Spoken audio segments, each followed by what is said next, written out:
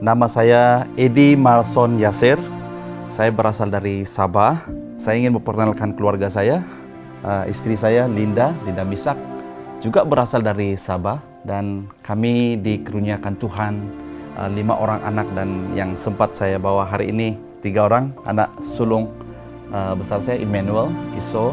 Anak perempuan saya yang pertama Evangeline Layun dan Angeline Leku. Tahun ini merupakan tahun yang kelima saya menjadi pastor di TUMC. Impact merupakan satu inisiatif yang sangat luar biasa yang mencabar kami khususnya di Gereja Bahasa Malaysia untuk keluar daripada zon selesa supaya kami boleh menjadi terang dan garam dunia dimanapun kami berada.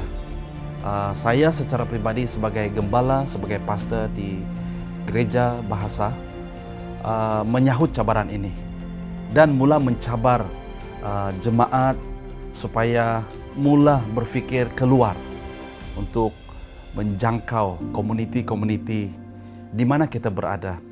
Pada tahun lepas, ya, ketika saya merasa beban untuk berdoa bagi negeri Sabah, ya, dan dari situlah lahirnya beberapa tim pendoa dari kalangan anak-anak muda yang saya bawa bersama untuk berdoa khusus bagi Malaysia.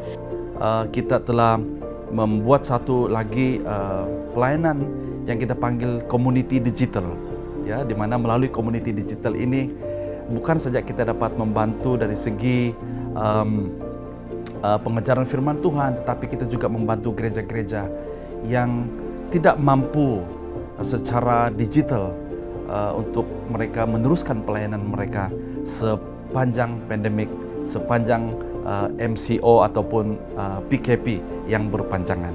Kami sekeluarga mengambil masa untuk berdoa bersama-sama. Saya dapat juga mengambil banyak masa bersama Tuhan.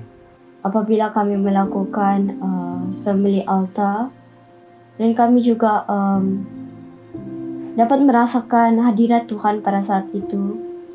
Dan selain itu kita juga terlibat di dalam pelayanan doa kepada negeri Sarawak, ya, dan beberapa orang-orang di kalangan pendoa-pendoa anak-anak muda ini juga pergi untuk berdoa di Sarawak, khususnya untuk membangkitkan sebuah kebangkitan ataupun kebangunan rohani di kalangan gereja-gereja Tuhan yang ada di sana. Kita telah membuat satu digital platform yang kita panggil e-Selera, di mana usaha kecil ini kita dapat membantu peniaga kecil, home base food, cook ataupun makanan, untuk mereka memasarkan makanan mereka secara online.